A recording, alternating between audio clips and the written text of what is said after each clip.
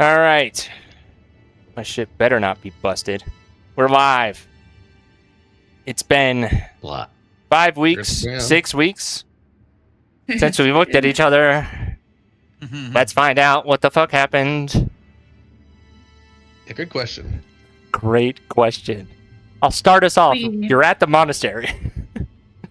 We were in combat, defending the monastery from the aberrations that came to attack Altaic. Or us, but also because they mind jumped into Altaic. Right? Yeah. That I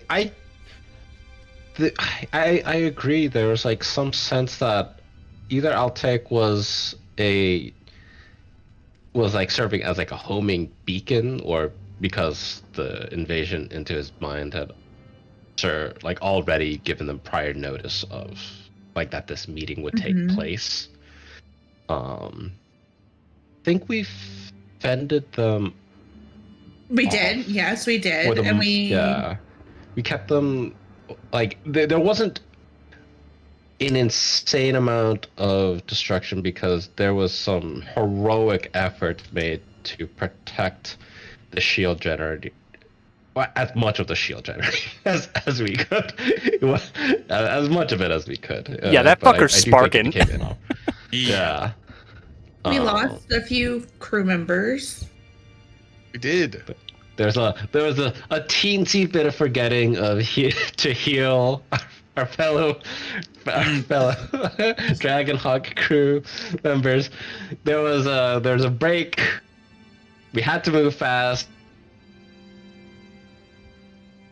We're forgotten. But we did, after fighting several waves of reinforcements, once Rick's banishment of the Mind Flayer officer finally ended. They arrived with even more, and there are two. It felt like two battles happening. One in the south side of the monastery with the Mind Flayer, liberally, psychically blasting away at the Dragonhawk and its crew inside, which made us very concerned for how we'd handle that in the future. And I forget the name of the giant monster was that Valerian was contending with in the northeastern side of the battle. The Neothalid? Yep. Neothalid, yeah. Neothalid, there you go. Acid being spit, it collapsing and falling onto more of the monastery defenders. Yeah,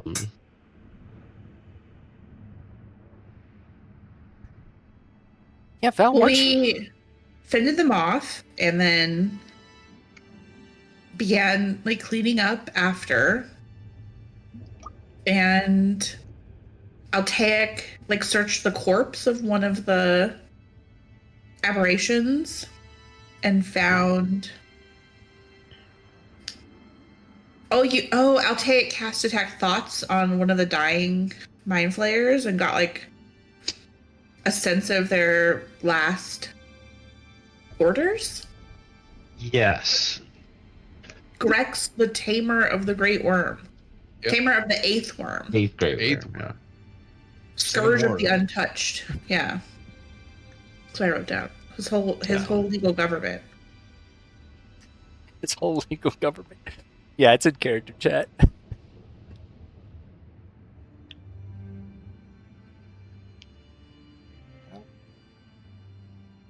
Y'all did a lot of things.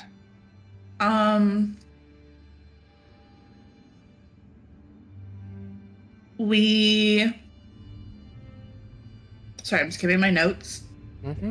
Asked the Gith about the aberrations. a little bit. Which I have for I don't even you. remember that. You asked for it. I have. I don't remember. I have about 7 write-ups sitting in the hopper right now.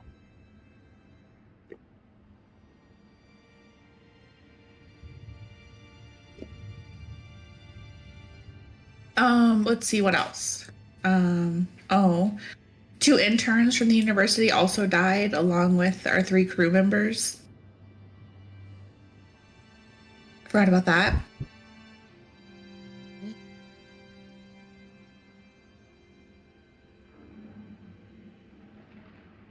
They checked in on people.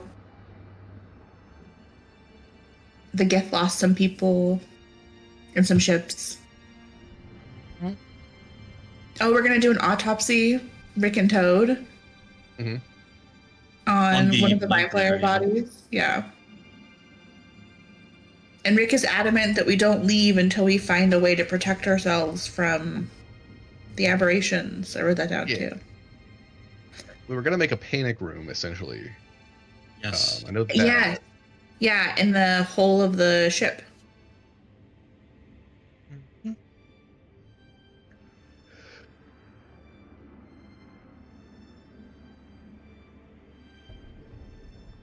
Oh, the Decanus twins requested the Ring of Mind Shielding. Oh yeah. That's the big thing. Yeah. And then we were asked to find and eliminate Zalek. I'm supposed to go straight to Larvion. Yeah, also to transport the Fallen as well. And I think that on the way to Larvian, there's a gift blockade. Right around the planet. Really? Around the moon. Yep. Oh, sorry, the moon. Yeah. Yep. Have to figure that out. But you got some So we're gonna have help to work now. on the Dragonhawk quite a bit. I think covered the majority. Is there anything? Is the we're end missing? of my notes. So And I've got a few other things, but that was more so things we discussed after we ended the actual session. Yeah. So, welcome back, everyone. Yes, you were given the mission to head to Larvion, break the gift blockade, or pass through the gift blockade to I can't remember if I said capture or eliminate, but deal with the land. eliminate is what I wrote down. Eliminate. And Ondare is providing one such tool to assist with breaking the blockade or infiltrating said blockade. You are being outfitted with experimental proprietary cloaking software. Software. Strong word. Ritual magic. Wrong genre. Sorry. But the installation for that onto your ship will take, and correct me if you wrote down something different, Allie, but it will take about 20 days to retrofit this onto the Dragonhawk here at the monastery. So, you have 20 days, which we can either burn quick or burn very short, which you can also use time for adding any other upgrades onto the Dragonhawk or taking short trips via the small shuttle services that you have through the Ondarian contact network in this first, from here to Ulrun to the Ring of Siberys. So you've got a little bit of time, and you also have a long journey ahead of you, because Larvion is not properly aligned with Zorantir for an easy travel. It's going to take you 20 days to get to Larvion from Zorantium. So on top of the 20 days you've got stuck in port, you've got another 20 days of travel. So you've got a lot of things you wrote down or discussed as a group. Upgrades, things to address. Let's talk about going to the tower. All of those things are within your reach. But to bring us back into the characters that we haven't played in 6 weeks, I want to go around the room as the four of you, plus anyone else you would like, are finding yourselves in the Dragonhawk itself. You are in the Arbiter, the ship cabin, the pilot chamber room, your standard meeting area, which you have soundproofed due to some recent spying. And you are hearing still outside some discussions by the dock crew workers getting ready to begin with their project. You hear crates being brought out. You hear the hammer against some of these boxes, cracking some of this technology open, some sort of strange ritual magic that will enable your ship to infiltrate the blockade, which you've yet to understand what that'll look like. But you find yourselves in the room. It's in the afternoon. The day's rush has kind of died down, but there's a sense of movement around you, right? There's a sense that there is a fight to come. But until that fight comes, this is the time to get ready. So let's go around the room. And let's start with Toad.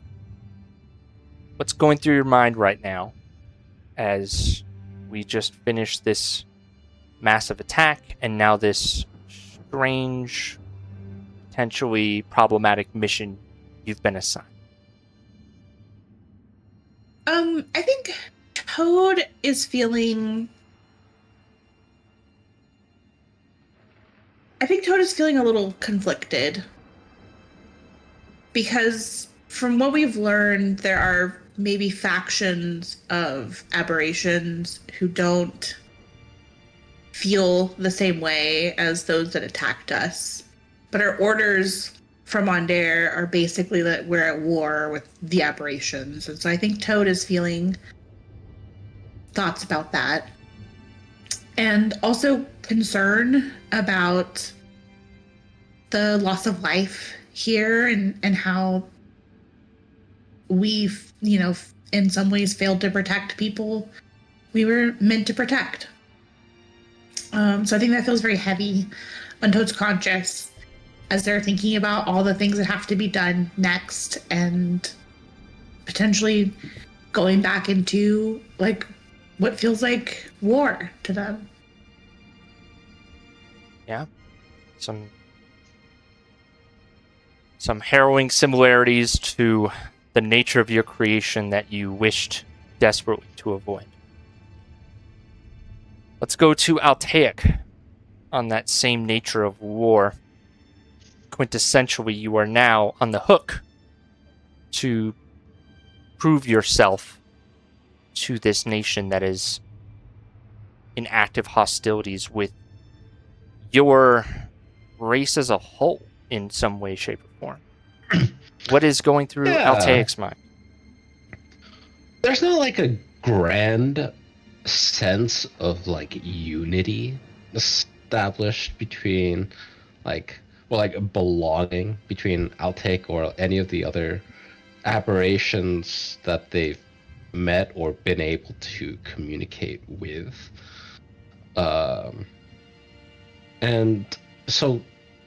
Altaic has a very slim window of experiences, so there is a novelty to this tension and dread and listlessness that he's cherishing, actually, as it feels like um, all of these moments and uh, drives which have come up since his nascency are coming to a head, and I think there is just like a large question of like, as as we get closer to these other mind flayers and learn more about their factions, what will he learn about uh, uh, his place amongst other aberrations? I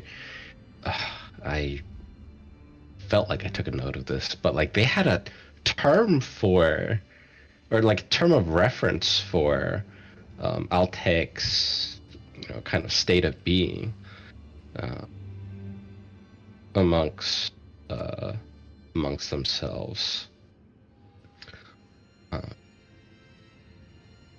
and is what else do they know about like the following stages of his life cycle at this point? Yeah, I think there's just like there's like a very real sense of like, oh, there's not a ton of time left, and he's trying to savor every moment. So he's like looking around the room and like drinking the details in, like trying to kind of like savor this moment of like this like brief beat of quiet.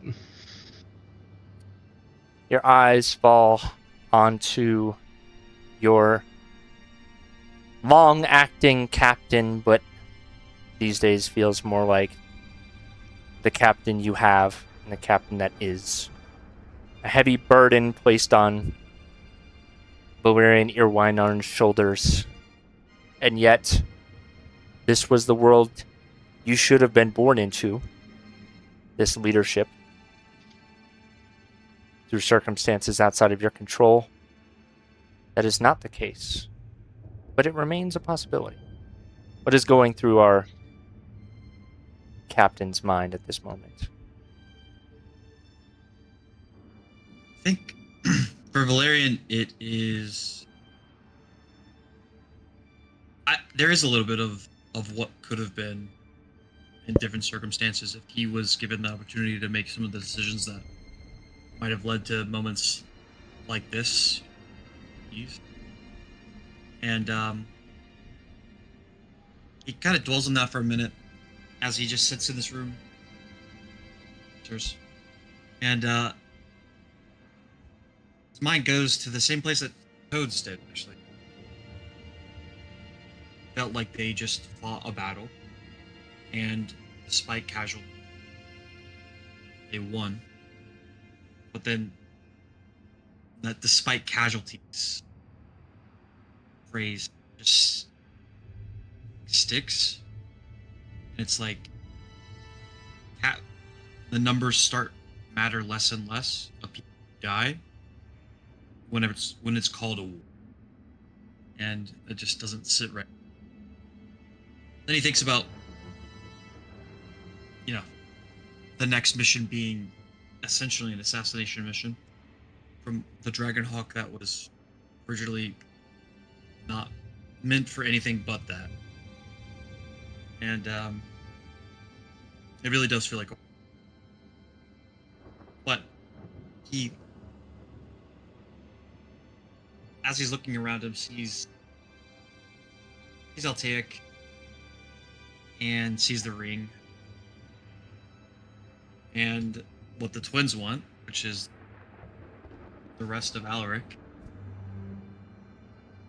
Another decision of war that falls to him and his officers to figure out how to deal with. Just wants to. He thinks that as this becomes more warlike, the more people he'll lose. And it's already tough enough being the acting captain and not even starting mentally prepared at least for a position like this, but it's harder the more people. He just sits with that. And as As they think thoughts about of what to do. thoughts of war go through your mind, you look to your brother in arms, who you spent many a day on the battlefield of the last war with, trying to survive the hell on Eberron. Rick, what's going through your mind at this moment? Rick is trying to keep himself distracted. So at the moment, actually, as he walks by Valerian, he hands Valerian a sheet of paper. And it is a survey for him to fill out as far as crew satisfaction goes and whether or not he will be sticking on with the mission going forward, knowing the circumstances. Okay, this is a little bit of a formality, but I do want everyone to fill it out. So, just go ahead and put whatever you want on there.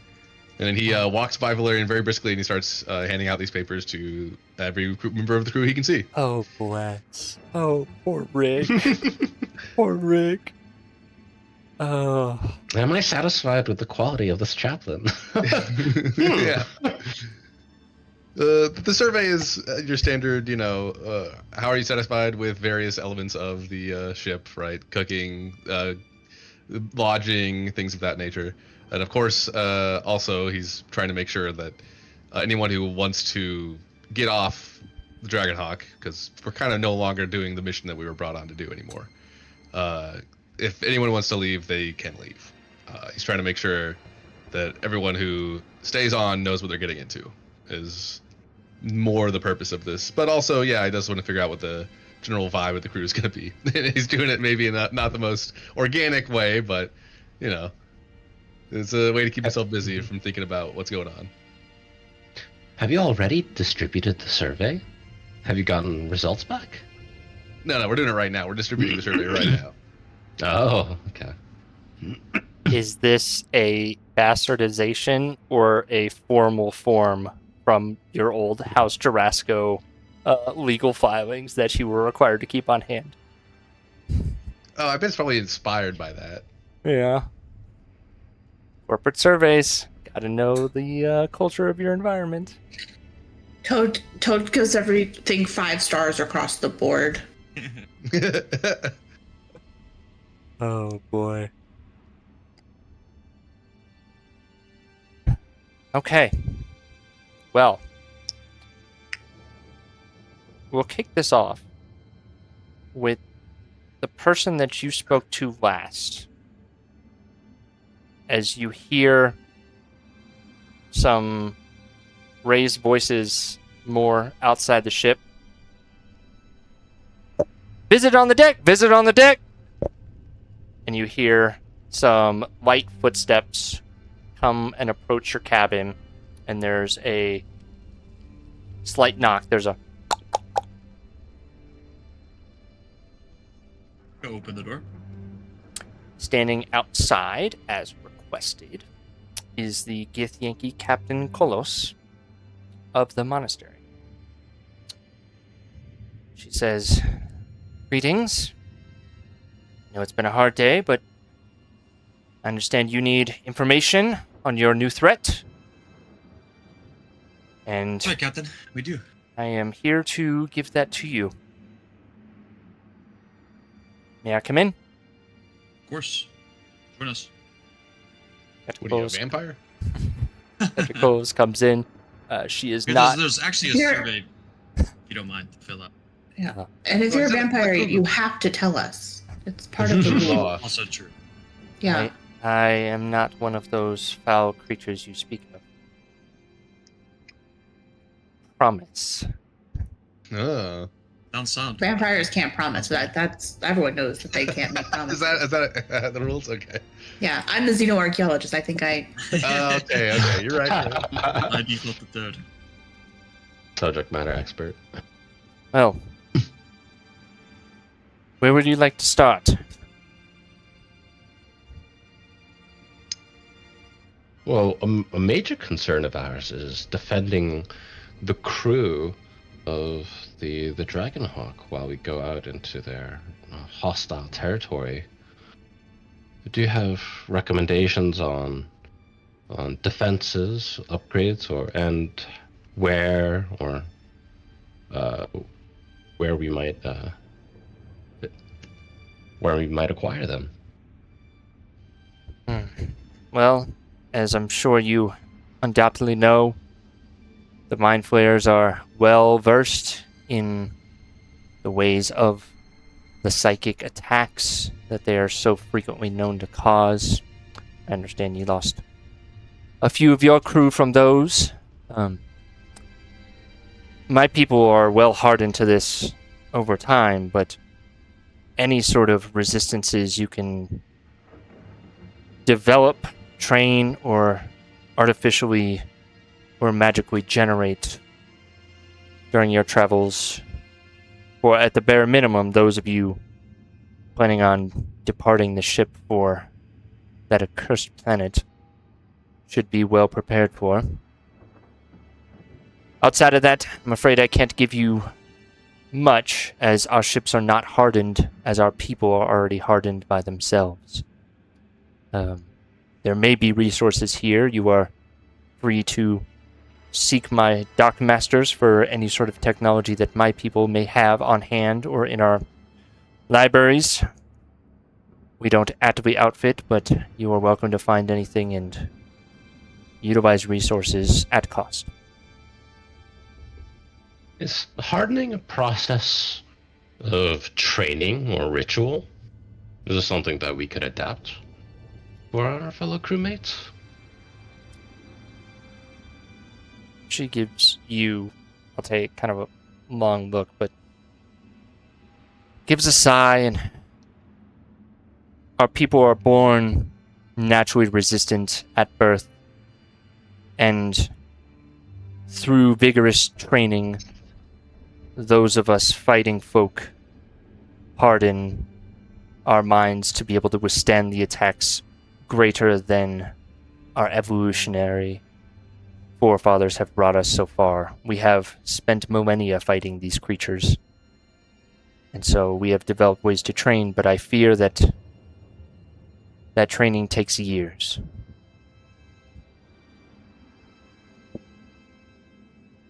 Understood. Is there any way to... Well, we saw one time, one of the Mind Flayers, teleport on a ship, explode another Mind Flayer's head, and then we saw them go back through a portal that looked like larvae, like the moon that was parted. Yes. So how do we protect at least them from just coming to our ship without notice? And at least that, maybe not the exploding heads part, try to figure that out, but at least throwing their sense of teleportation up. Yes. Rick, you are carrying the Voyager staff, or is Altea carrying the Voyager staff? Am I giving it back over to Altaic? Okay. I can't remember. Yes, Valtaic has it now. So Captain It's on Clueless my inventory, so that makes sense. will gesture to the staff. Your arrival to the monastery before the ship utilizes similar arcane magics. Should you understand how to prevent such magics, you may be able to prevent them actively landing on your craft. However, my general understanding of the magic involved, it would be incredibly difficult for a Mind Flayer who has never stepped foot on your craft to be able to easily teleport, particularly in the vastness of cyberspace. So while that is a genuine threat, I think you're relatively fine from long-distance attacks of that nature. That was great.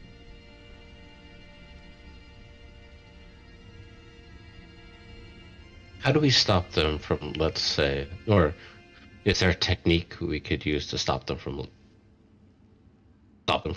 teleporting aboard at will? I am no master of divination magics. I imagine one of such may be able to conjure some sort of arcane spell to prevent such matters occurring. Although, thinking about how you got onto your ship, it may be a hindrance to your party should you need to arrive back onto your ship with haste.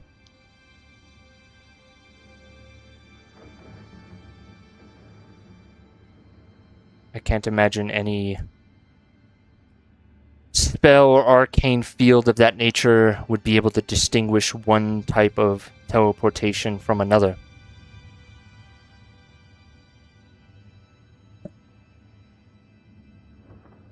Okay.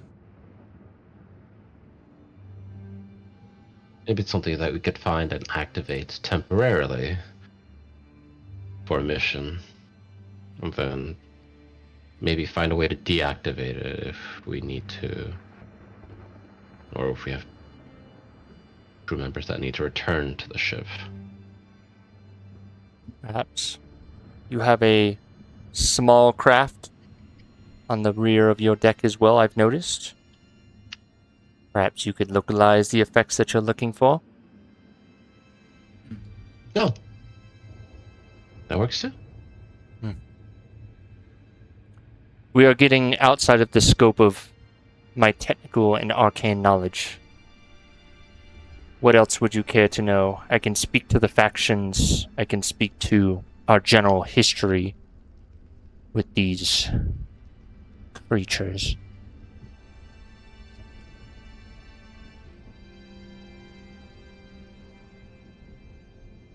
We have some understanding, some references to factions and perhaps some people of renown.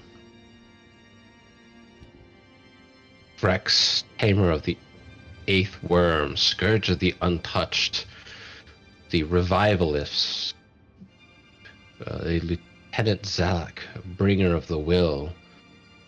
Do those strike any recollections of your understanding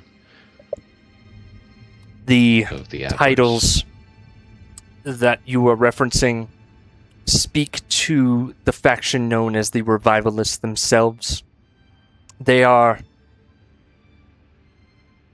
fanatics by every definition of the word. They are zealots. They are highly militant. They are focused on some sort of great revival.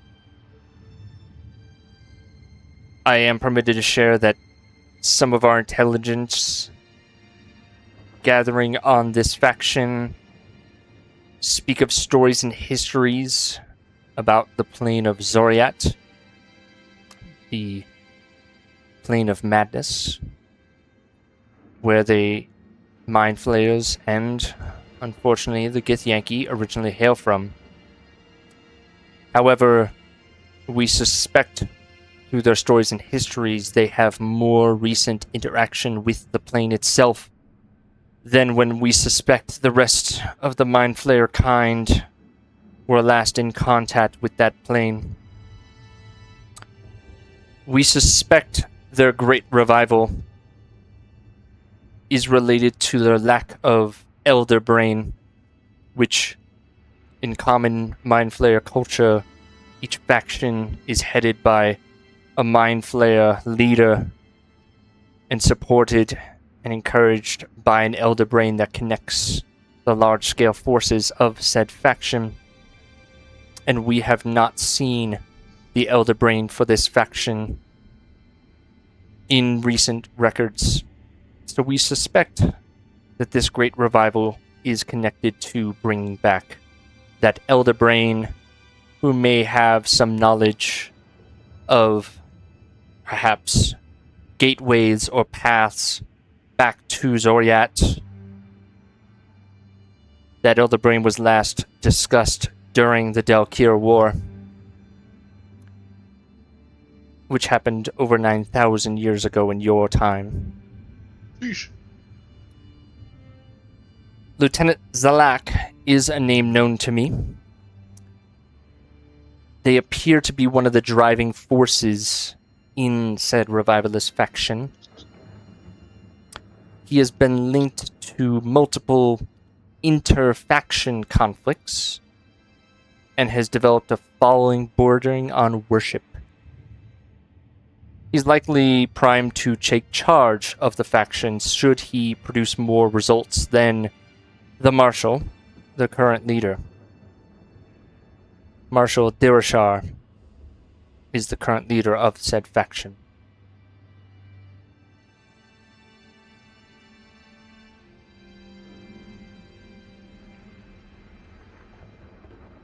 Here is that in writing for my note takers.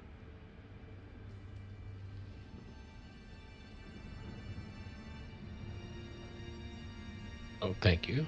Mhm.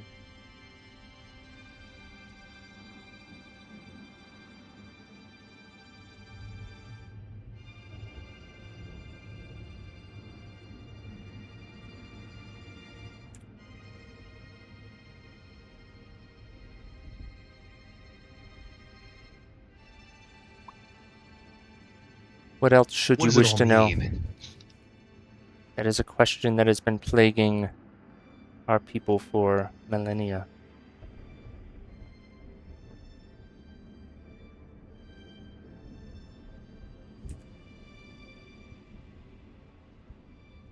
Can you tell us, maybe, what do the mind flayers like to do with the places that they attack?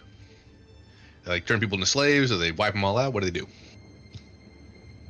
Conversion is typically the simplest form of overtaking a world or an area. We have many a history back from the Dalkir War when we served the Mind Flayers. We assisted in the subjugation, corruption, and disfiguration, shudders a little bit, of the people that the Mind Flayers encountered. Aberration by nature is change. It is corruption, and they use the corruption to bring the general populace to heal via said conversion. It is, by what I understand, grotesque, and I am thankful I have never had to witness such atrocities. Rick would like to just have we talked to these people about Talai before? Did anyone recall? I think that they came with us to the asteroid in the first place. Did They they? would. They would. They didn't come maybe in not- with us, but They were outside. Yeah. Yeah. They Yeah, maybe hanging wouldn't out. know about Talai exactly, but they definitely knew about. I want to describe Talai and ask, like, does this sound like something he's encountered before? Like, is this related to the Mind Flayers? Is Talai like a creation of theirs, or what's up with that? Like, is there any relation? To lie strikes me as an aberration, yes. There are many a subspecies that possess the abilities to corrupt in the manner the Mind Flayers have perfected. However, the asteroid encounter at the hideout you mentioned does not seem to be directly related to the Mind Flayers, but it's entirely possible. There are uncountable hordes of aberrations throughout the universe. They are a plague that spreads, and oftentimes they become fractured. That is true and apparent with the Mind Flayers in this solar system alone. There are 2 other factions, and sometimes they work together, sometimes they directly clash over interests. Are Are there any nice ones? are all 3 factions hostile? We learned that there were some, obviously, disagreement amongst them. Yes. So, if it is you and your people encountering these factions, it is entirely possible that some accord, albeit likely only temporary, can be made with either of the other two factions. The first one being the centrists. They are feudal in nature, and they are not fanatical or zealous, such as the revivalists. However, they are the faction that our people tend to wage war with the most, and it is where we understand the most. They have had moments that the Githyanki are not involved with, that we have records of, in which temporary alliances were made with non-aberrant kind. However, if that interest precludes aberrant proliferation, you are unlikely to come to a compromise with this faction. But frankly, they are more focused on jockeying for power in their own feudal structure, particularly in this solar system, than to be of any large-scale threat unless one of the other factions forces them to capitulate. The last faction is known as what we have been calling them as the Isolationists. And as the name implies, we have not had any direct contact with this third faction. However, captured mind flayers and sentient aberrations have spoken of them with some amount of vitriol. They seem to be focused entirely on internal matters of mind flayers. Likely arcane knowledge or scientific knowledge focused based on their titles that they use inside of their factions. They were referenced such as Grand Magister and Rune Master. But we cannot confirm any of that. So take that for what you will. Do you know of any way we could try to contact, or like where some of these isolationists may be? Unless they're all on Largon, of course, but are there any pockets in cyberspace? Not that we have been made aware of or have discovered. If they are likely well hidden and outside of the eye of everyone, and likely separation would be for only the most dire of needs. We suspect the majority of them, if not all of them, are on the moon itself.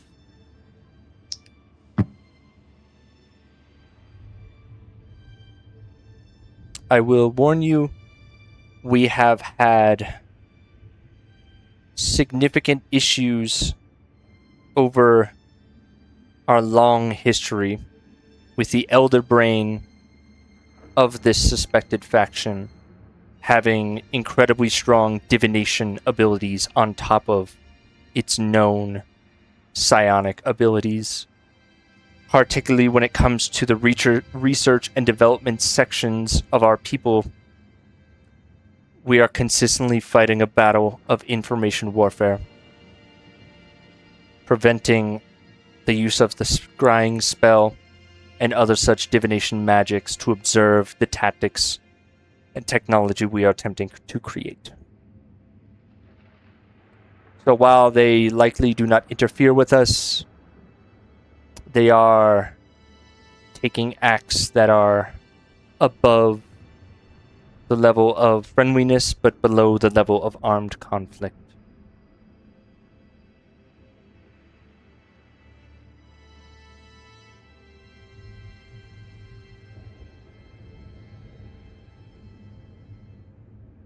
Does anyone remember off the top of their head who the names of the mind flayers we helped out in the space whale?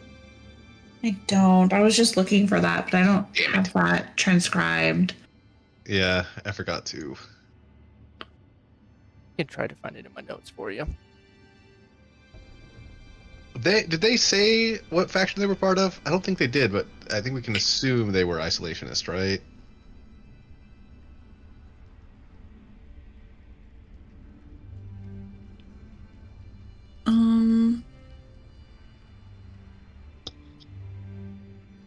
The fact that they just didn't like instantly ether us makes me believe that, but Here we go. I've got the names for you. Thank you. Mm-hmm. Give me a second. It was so long ago now. Mm-hmm. It was so long ago.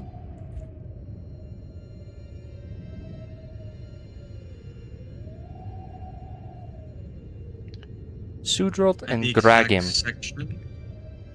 What is it? Sudrolt and Gragim. Sudrolt and Gragum. Gragum and Bagum, boys. Mm-hmm. Well, we got two friends. I mean, I don't know. We can. I guess. Do they owe us anything? They kind of helped us out too, didn't they? But maybe we can find those guys on Larvion if they even are there, or if we can find where the isolationists are. Maybe these guys could help us out. Just something to think about. I'm not saying any of this to what's space, by the way. This is all Captain Kolos. Rick thinking. Yeah, this is all Rick thinking. He's like, what was that? Befriending mind players? We would never. Wait, what? Not in my monastery. All right. What other questions do you have, if any, for Captain Kolos? How do the Gith like to kill an Eberron or a mind flayer? Cut off its head. Oh. Okay. Go for the brain. Like Yeah. most aberrations that are psionic in nature. Like most things that have heads. Mm-hmm. Yeah.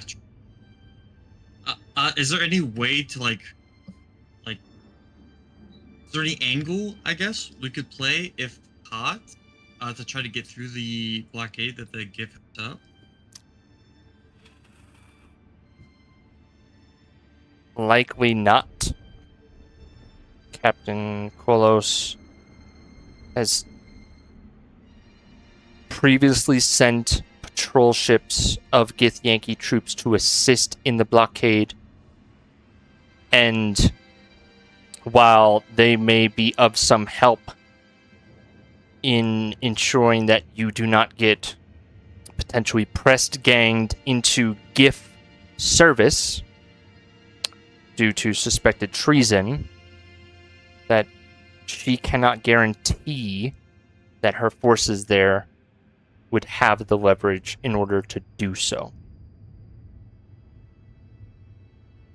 The best she can do is not have her forces be aware of your presence and not make it seem as if the Gith Yankee are attempting to assist in the matter. Unless it comes to light at the blockade itself, to which you can likely expect the Gith Yankee, if they are present, to assist in negotiations to get you out of the press gang into the military that she mentioned before. Have the GIF given any reason why there's a blockade? Like, it seems like obviously to stop people getting out. Why not allow? In? Why not what? Allow people with specific reasons to get in. There's like a pressing issue. It is likely similar to the Gith Yankees mindset that negotiations with mind flayers, which are known to be deceptive and can manipulate anyone that they are within range of, would be fruitless. They are a hostile force, and allowing anyone to go into said territory would just be feeding their enemy information due to non-voluntary interrogation methods. Yeah. The old brain splice. Mm-hmm. Presumably, entering the blockade would also infer some sort of return trip as well, and that might make things far more awkward. Just Inevitable consequence. it's just really, I don't know. It's messing with me a little bit. Why, if there is this war going on, and there's powerful elder brains with the isolation, as you said, then why wouldn't, like, how long has this been going on, and why hasn't there's been such powerful? I mean, if you even just see the gift ships, they have the biggest guns I've ever seen on a ship. There'd be no reason they couldn't just bombard the planet until it was nothing, or the moon until it was nothing. No, They have. Oh, The majority of the Why? Mind Flayer population is now underground subterranean.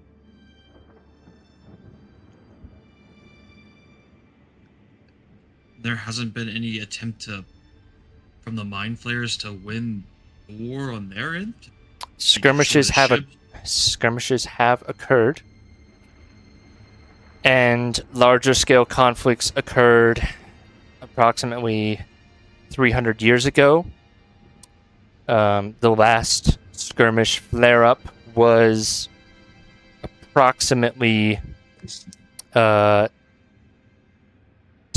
years ago, 8 to 10 years ago, was the last time a medium-sized force attempted to break the blockade. And that was the revivalist faction. Why did the gift not? If they've driven them underground, why did they not pursue them? Why maintain a blockade and instead of eliminating the threat? They find them a threat to all life in cyberspace. So Gith, Yankee, and Gif have attempted to assault the moon of Lerion many a time. However, in the Gif environment, politics typically prevents a full and complete prepared force to engage on the level needed, by my guess, to wipe out the threat in its entirety. It is not, to my limited understanding of GIF politics, it is not politically savvy to advocate for massive military funding on top of what is already being spent. Oftentimes those conversations end with the forces receiving what they already have and a token dispensation of additional forces. So to answer your question, yes, they have attempted it. And hundreds of their people and our people have died on that accursed moon. only And- hundreds? Haha, just kidding. It's a rough world out there. I don't know why I said that. Yeah, lose humor. I mean, look, I'm just saying, like, on our world, we had like a war with like, hundreds of thousands, millions dead. It's hundreds. 100 people died on that moon. I mean, I'm not bragging about it or nothing, but it's just like, geez Louise, you guys, how many GIF and GIF are there? I mean, Well, when up until access to our plane was restored, oh, that's right. our people were in the double digits alone. My bad on that one. I did forget about that. But you are correct about the GIF. They have significantly more forces than we do at this point, until we can develop further with our connection back home. They would have to speak to the matter of why they have not supplied more forces. They see Well, that to as an that point- internal matter. You're friendly with them, right? I mean, To a degree, are Our they kinda interests- like they don't like your help or something, or I figure these guys would be involved in a lot of stuff in this system. They accept our help here, and accepting the help of the GIF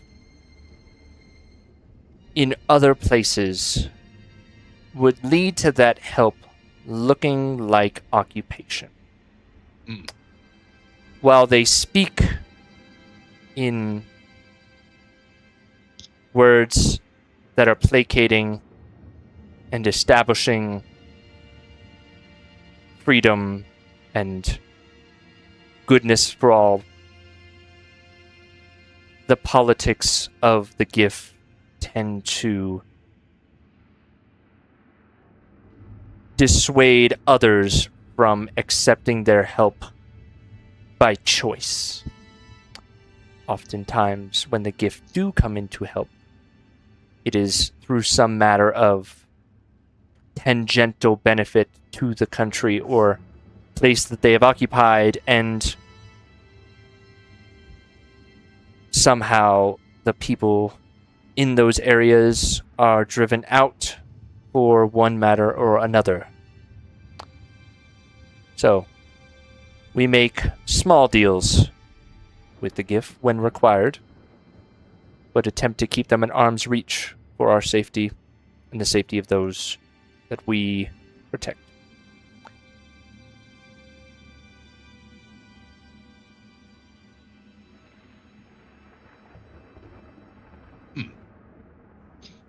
What's your read on them as a whole? Are they? I mean, are they going to be a problem after we deal with Larvion, or what? Should you escape undetected, they will likely be none the wiser and will continue on with their duties. Their internal politics keep them far more interested inside than outside.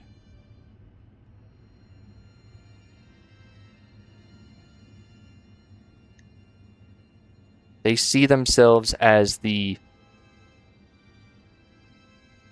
great protectors of the solar system, yet their resources cannot always back their words, and so they focus on the most, in their minds, the most important barriers, which is, to them, protecting cyberspace from the elements outside of it.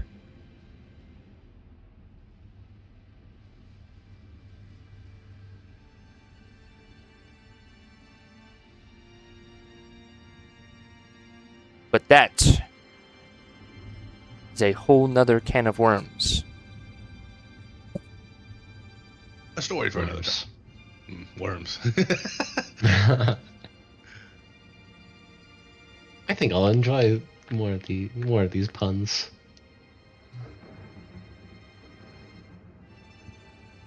Any last questions? Where Do you would be find the that they best have any? place? Go ahead. Sorry, I was gonna say, where is the best place to land for it to go? And Is make there it a good towards the place to flag? land? I mean, they don't have a port anymore on there. It sounds like the whole planet surface is kind of blown up, huh? I imagine any tunnel that you observe that seems to be large enough for subterranean travel.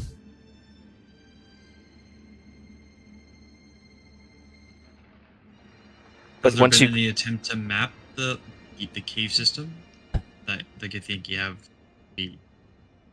had a part in? you should know this now. Very limited survivors have made it off of the moon of Levrion after large-scale assaults. And the reports from the frontline troops speak of a level of abstractness that cannot be put to a map or any sort of geographical markers. It seems everyone who has stepped inside has limited recollection of the physical details around them and sees the world in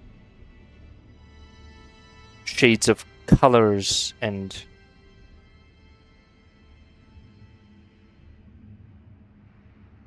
vast areas of the world were described as paint strokes on an artist's canvas. Ooh.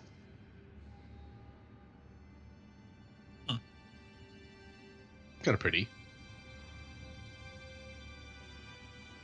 Is it in this sense of like, do you think something happened to them to make them to alter their perception or their recollection of the planet?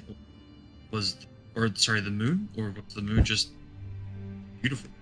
The running theory is that the mass concentration of psychic and psionic energy warps the perception of any non-aberrant mind to perceive the world outside the realms of reality. The nature of the plane of Zoriat is madness, and as such, the moon reflecting and connected to that plane often trickles to those who step foot upon it.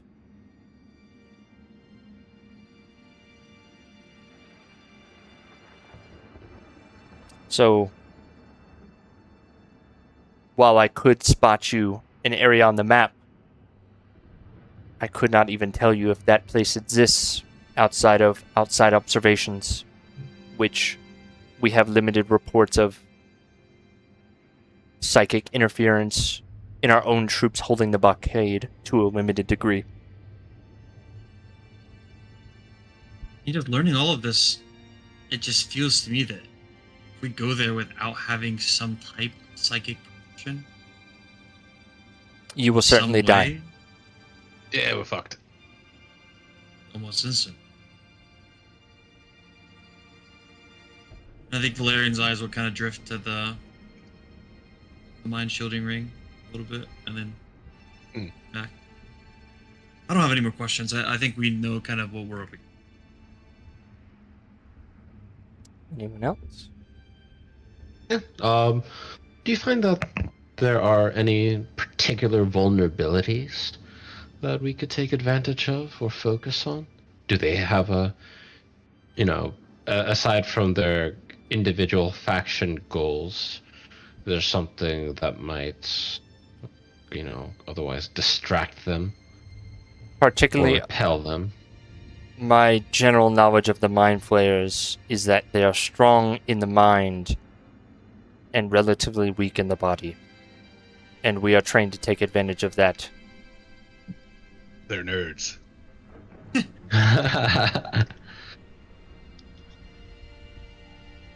well then, we might have to adapt as well.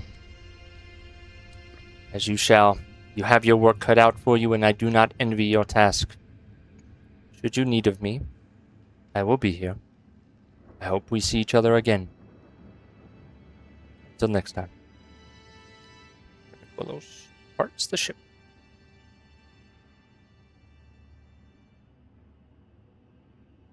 Come back into the Arbiter's room and just I don't know how we go from a ship to exchange culture and science to assassin. And it sounds like we don't have the first bit of protection for the planet, for the moon and all. How are you guys feeling? Mixed, I guess.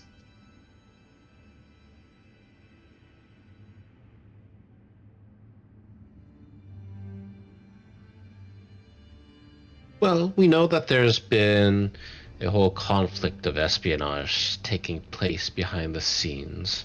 We've seen the feelers being put out by other parasites and well-placed areas like within the fire giant's port. I think it's been high time for anyone to get a closer look at what these factional interactions are like and what kind of really understand who we're facing. Maybe we don't have to focus on the assassination part immediately. There's a lot to learn before we can even get to that step. And who knows? They're factions amongst themselves competing with each other. Maybe we don't have to assassinate so much as encourage them to encourage them into more conflict between each other. Yeah. I mean, there's a lot of tools of war we could use. Maybe they're open to, being convinced. Please don't do whatever this great revival is. Yeah. Or maybe we'll discover that the great revival is not what they think it is. a lot of ifs. That's a very hopeful. And I appreciate that. Maybe you haven't seen or like we have, but it's not good. Glamorous enough. But I will say that is a very good thought process to have, because we will need something like that and start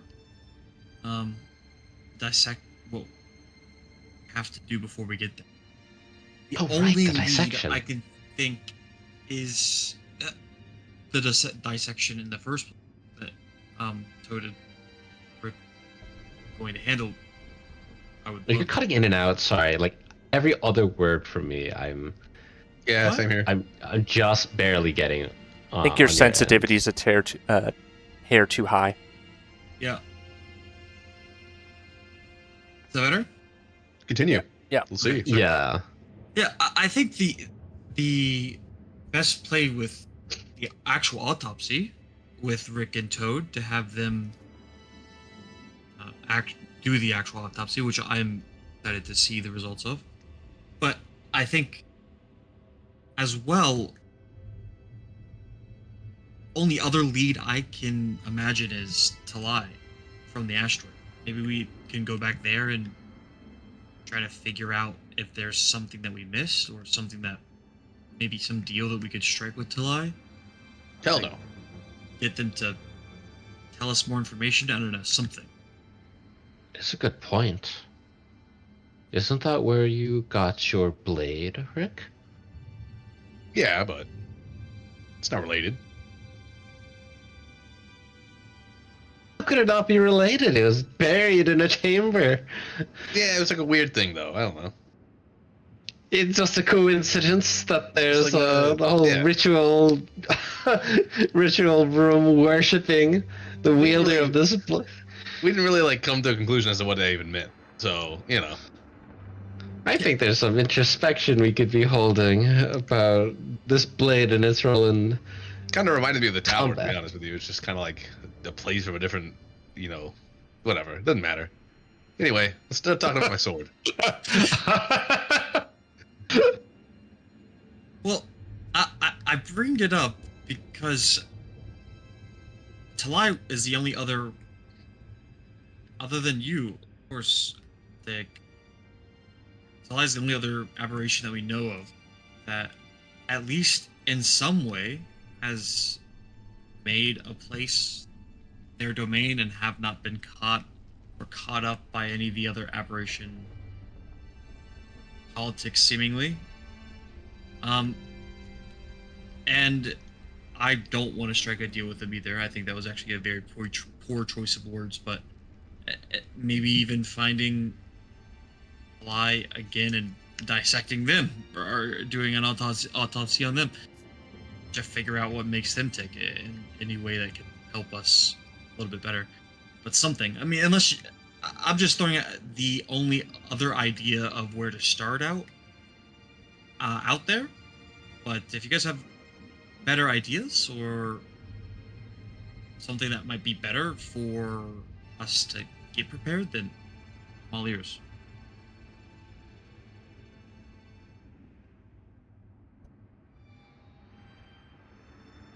Maybe the tower as well is a good place to really uncover something. Or we could go to the library as well. Toad. I We have a mean, lot of time. Yeah, I'm about to say we should do some housekeeping before we head out anyway. Yeah. One thing that didn't come up, but your character would remember, Toad. You talked about the dream potion. I make a note of just that. I don't remember if we made it or not, but you mentioned tower, so. Right. We haven't made it because I needed an ingredient that I planted on the asteroid. So Toad would like to go. The tower is really interesting to me because it seemed, I don't know, similar to Talai's asteroid. Like, Yeah. so maybe before we go reopening that event. Can of worms. Yes, thank you. We Literally a can of worm. We head to the tower first and see if we can learn more about how it came to be. Yeah. Okay. To get to the top of that damn thing. Make sure our plasmoid friends are safe as well. That's after the event that they've gone under. Oh yeah, we should go talk to them about that.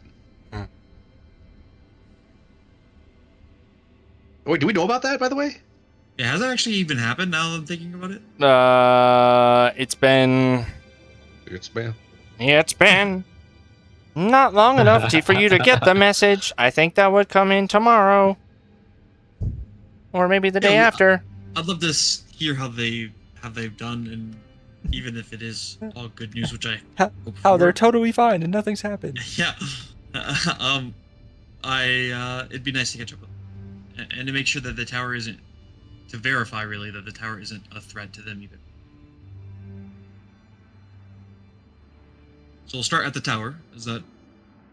We have a lot of things to do before there, obviously, but start at the tower if that's in agreement with everyone here. Yeah. So Yeah. Now these surveys, Rick. Yeah. Well, If someone does want to leave, I cannot blame them in any way, shape, or form. But if they want to leave, are we going to wait here to replace our crew? Your ship is stuck here for 20 days. they got 20 days to figure it out. Well, maybe before we. Actually, no. I think the survey I think the survey is perfect. Thank you. Now, if you have any suggestions for the survey, I have this other survey here. I really like your surveys, Rick. I give you really high ratings. You can't tell me that. I'm sorry. I put my name on it. Was I supposed to do that? Oh God. I noticed there was no spot for it, so I just put it at the top. Well, you put your name right beside where it says "completely anonymous survey." Oh, and in really large print it says. Yeah, big bold. But it's only the 4 of us taking the survey. Cries The of 3 of us HR. taking this.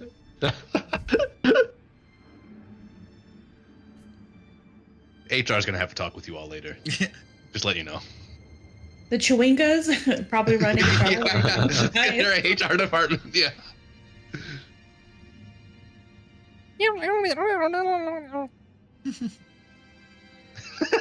She said you're fired. I don't know what that means. Oh shit. All right, I got some videos for y'all to watch. Some training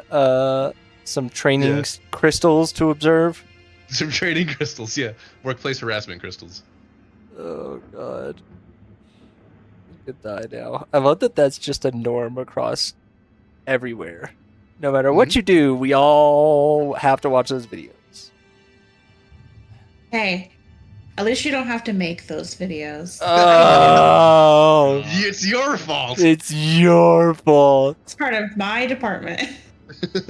Monster. Listen, it's got to be better than the military. We update those every 10 years. Awful. Okay.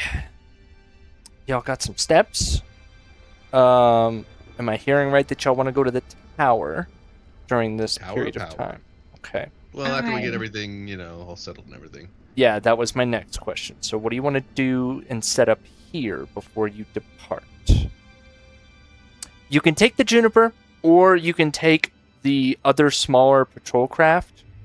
The little skip hoppers that are being used by the Ondarians, or the Gith Yankee. So it's kind of we just just call him the Yankee at this point. yeah, exactly, to make it easier. The Yankee. Ironically, though, if you look up the lore for Eberron, Gith Yankee, and Gith Sarai, I'm actually using all the lore for Gith Sarai. But we're committed to this bit. Fuck it, it's my D&D. So, yeah, y'all got a bunch of shit. I wrote a bunch of notes. Y'all wrote a bunch of stuff. How y'all want to handle this? Take it away, Ernie. What are we getting done? Good question. I- Well, I think I'm we get counting the your cloaking stuff survey. done for sure, right? Huh? How long is the cloaking? The cloaking is going to take the full 20 days. Yes. To upgrade the ship. Yes. But then we'll have to go on the. We'll have to take the Juniper or something. Yeah, we could teleport to some extent. Ah. Good. Oh. I tried to go over the resources expended. I forget. Did we change how the staff regains charges? Because by default, it does it. It regains 1d6 plus 4 at dawn on a daily basis. But we have different rules for our time frame. Everything that's dawn in this campaign, you can just assume is long rest. Okay, Because long rest. dawn in space is fucked. So Yeah, what does that mean? yeah, exactly. So A full yeah, rotation of the sol system. yeah. For this campaign, it is long rest. Yeah, I've got a few things I can just give y'all. Oh, you want to give us stuff? Well, first of all, Toad was harvesting the neothelid, and I wrote Yes, that down. I would like to There's another harvest the neothelid. Yes, I still have to do the autopsy. and you Mhm. also want to do the autopsy. And I have stuff for both of those, and I have stuff broken down for the panic room. And some quotes for other things. So let's start with the neothelid. Okay. So, did you make the harvesting checks? No. Mm-mm. Okay. So let's do that now. Kind Okay. of going back in time on that. We'll knock that out. Where is your token? Are you even on this ship right now? Where are you? Where's Toad? Oh, no. Are you Where not? am I? I'll I'll just put myself on the yeah ship. Hold yeah on. drop yourself on there. I think this is set up for Mhm. when y'all split the party for a hot minute. Oh, that was a crit too. Ah, Yeah, sorry, I clicked the Voyager stuff just to see if there's some good formatting, or see Yeah. if there's a plus formatting. plus 0 to attack. I love it. You're one squishy boy. Okay, I see Toad. All right. Y'all are also fucked up. What was I talking about? Skills. So yeah, let's do xenoarchaeology and survival, please. Okay. In that order. Xenoarchaeology to understand what you're trying to harvest. That is a That's solid almost a nat roll. 20. Almost a natural 20. And a survival A less roll. solid roll. Ooh, I will use one of Ooh. my many.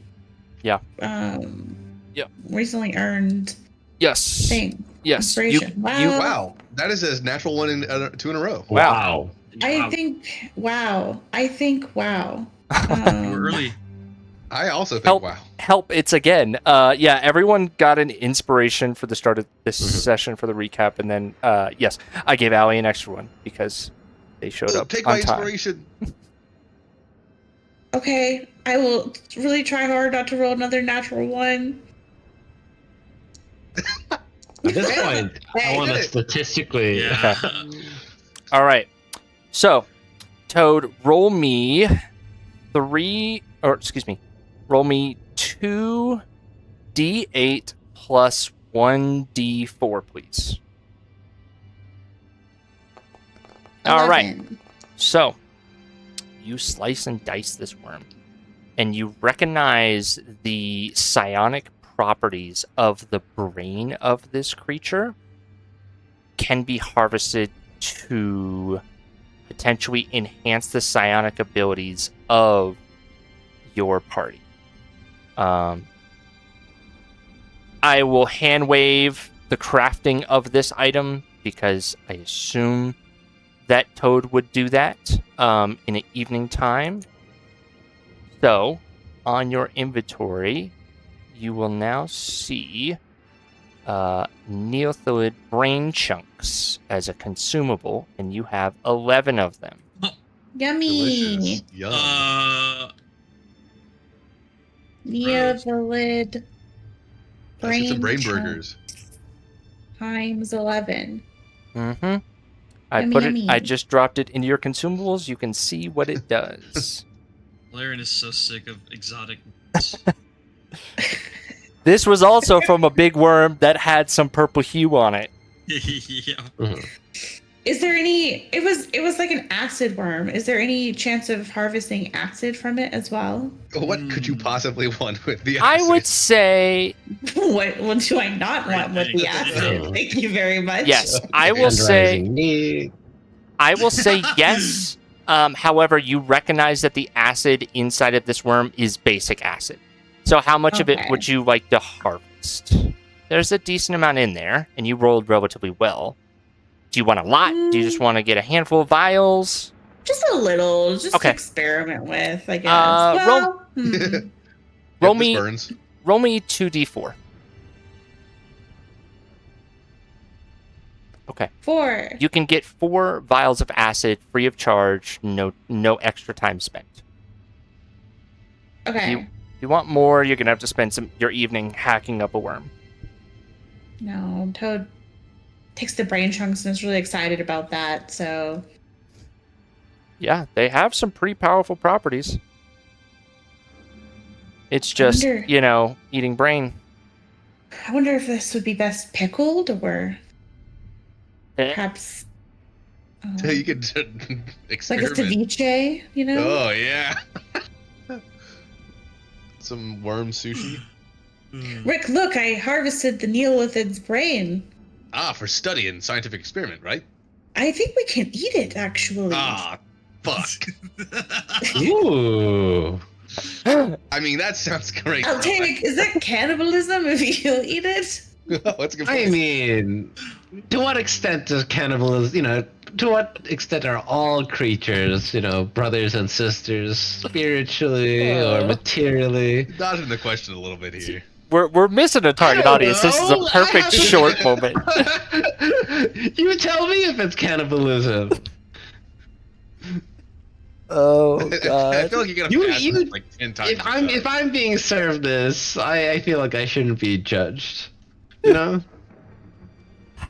I'm not judging. In fact, I think it would be really fascinating for you to eat it because maybe it has a different effect on you than it does on the others. I can't eat it because I don't have a mouth, but You know what? Yeah, I like that framing. It would be an exploratory task, if anything, an experiment. excellent. I think I will try pickling it first and then going from there. Okay, wait. You can't unpickle it once you pickle it. You gotta make sure this is what we're gonna do first.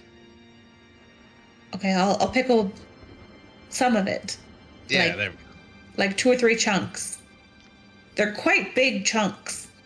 go. Oh, great. Valerian, I feel like comes in at this moment as Toad's holding up brain chunks and vomits. Yeah, that's disgusting. Can you guys keep the autopsy stuff with the guy down there? No, Valerian, I think we're gonna eat this. Well, you're gonna eat this. It's just you, bud.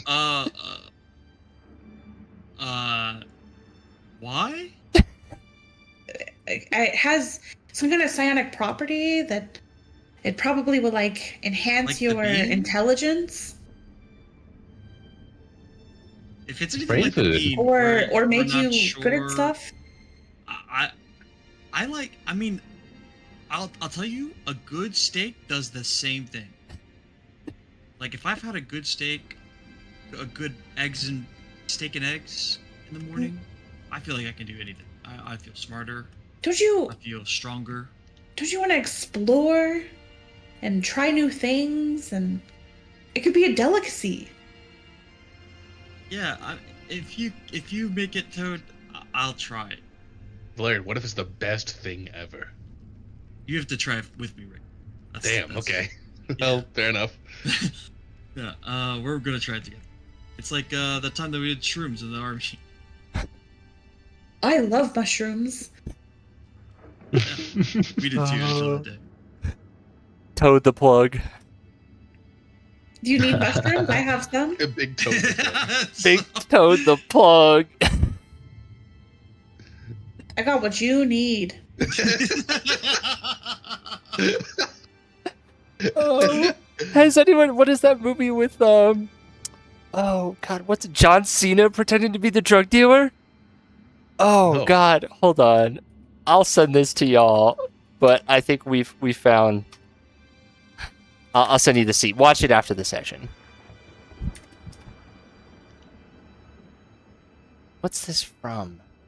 Sisters? It's from Sisters. I've never seen this movie. But John Cena is the drug dealer, and he's like, "What you need? I got uppers. I got downers. I got shit to make you dick hard. I got shit to make you dick soft. I got shit to make you woozy dick." Like the dumbest shit I've ever seen. Take a gander at that when you have time. Anyways, we're playing D&D, right? Toad said, "You want to see paint colors? I got you. We don't have to go to Larion for that." I'll make you taste them. Yeah, you want to taste colors?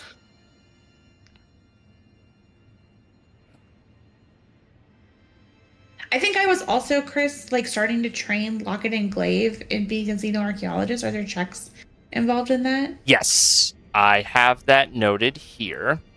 Okay. Yes, just remind me. I don't know if we'll get to that. We can. Realistically, so I have notes that you want to train them to be proficient in xenoarchaeology. They are requesting discrete communication methods and smuggling Yes. sending stones back down to Eberron proper. Yes. How Toad will approach. Who's the shiftiest person on the ship? Make We an have a rogue now. make a on your ship specifically. Yeah. Hmm. Thora? Like. Where does Rick rank Rick in the mentioned. shiftiness? Fill out my survey and. Toad will. Actually, I think Toad recognizes that in order to get a sending zone, they probably have to talk to somebody on like the monastery, like at the monastery, like somebody maybe who works in like requisitions or something. Well, luckily you also have an enchanter on board. Roland can make them. All right, Toad's gonna cook Roland's favorite food, which is not brains. I feel like it's like some English shit, like beans and mash. Like, you know what I'm Yeah. saying? Bangers and Beans mash. on with Bangers mushy and peas. mash. Mushy peas. Has to have mushy peas. It's got mushy peas. Yes, mushy Yeah. peas. A full English breakfast is like Yeah. Full delivered to English breakfast to Roland. Roland. Okay. He is ecstatic and feels seen. And what is Roland? Obviously now we've established that he's English. Can you? What does he sound like? What does his voice sound? like? Motherfucker. Yeah, Let us let us know. Motherfucker. Yeah. You've already heard him talk. He does not have an English accent. Okay. I am dodging that like nobody's business, all right? Boy, Don't- Gavish, mate, you Roland. Oh, I Yeah, love English I- breakfast. I ain't got it. I've never tried it. I ain't got it. Oh, mushy peas, my favorite. I can give you Southern. I can give you gruff. I can give you bad Russian accent. Don't ask me for nothing else. Okay. Understood. I'm just kidding. Okay. Yeah. Roland is incredibly thankful. Roland lets you know that if you ever need anything, you just let him know. He always has time for you, Toad. Okay, I have to make a confession, Roland, which is that I came here with an agenda, but also because you're my friend and I appreciate all the things you do for us. I can accept But that both I of those things are true. would like a couple of sending stones, please. Discreetly. Okay. How many sets? At least 2. Okay. I Two, can two sets or two sitting stones? two sets. sets. 2 sets. Yeah, Okay. they come in sets. I can do that. I'm happy to cover the cost of materials. Sure. Let me look. He pulls, goes into this drawer. This is junk drawer, bullshit. Full of arcane materials, and he pulls out a couple stones. I've got the stones, but I will have to re-up on the sending spell scrolls that I'll need to get.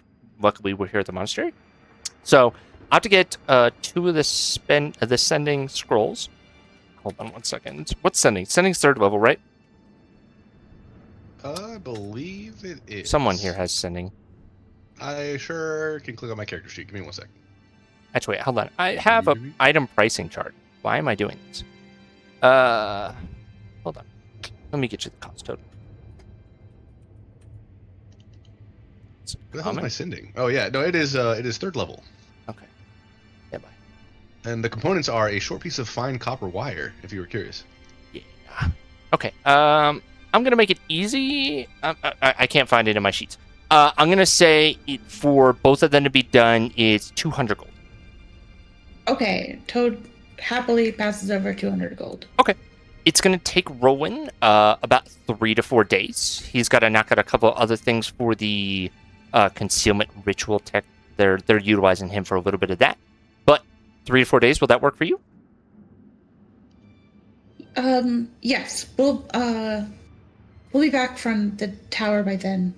Roland, can I ask you another question? Go ahead. Between friends. Of course. Okay. If I wanted to discreetly get something back to Eberron, do you have advice? I can't say I do.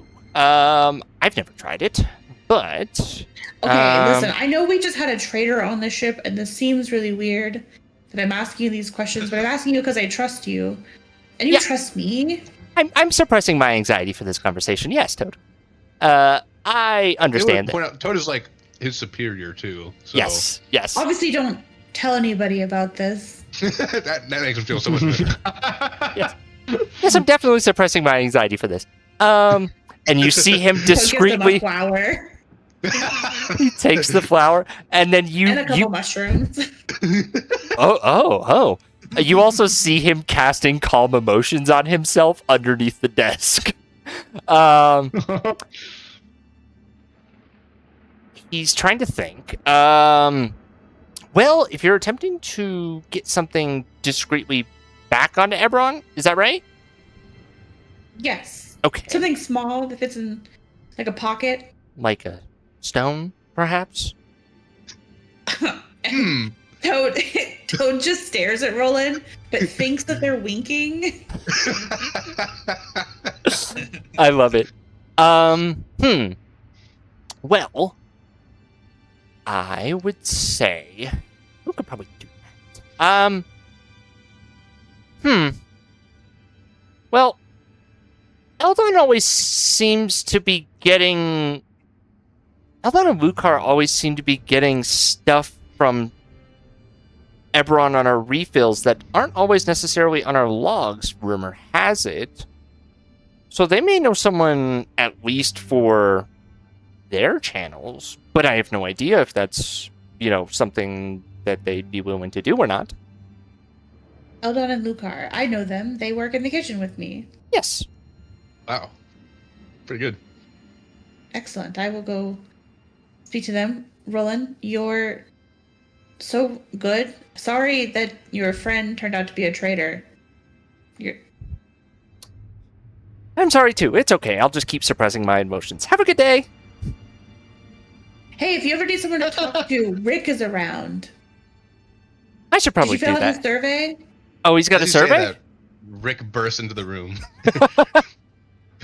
Oh, hey. oh. Oh, Toad, what are you doing here? Hey, Roland, I got I'm- this survey here, and sorry, I'll talk to you in a second, Toad. I got a survey here. It's just a little thing to see how get the feeling for the crew, make sure everybody's still on board for the mission we got coming up. If you notice anything weird in the if anyone's asked you to do something illegal, you can note that here.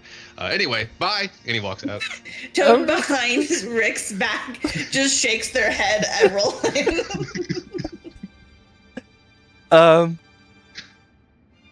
Okay, thanks. Do I have to fill Rick, this out? I'll walk you. It's not mandatory. I don't think. I think it's optional and anonymous. Rick, I'll walk you out, Rick. Okay. Rowan is like staring at the survey. You see a single bead of sweat rolling down his brow as you both leave the room. He is conflicted. Okay. I would approach Lucar and Eldon about smuggling something onto the planet. Okay. Lucar hears you saying that in a very casual manner. It's like, what are you doing? Get in here. Get in here. Yeah, Toad just says that through the open door. They're like, how do I smuggle something onto Eberron? Hey. And Lucar, like, gestures to Eldon, and Eldon immediately goes into, like, scanning mode down the hall, like, looking for people who might have heard. Like, this is a system. And so, like, Lucar pulls you into, like, his pantry. He's like, so, what do you need? What do you want?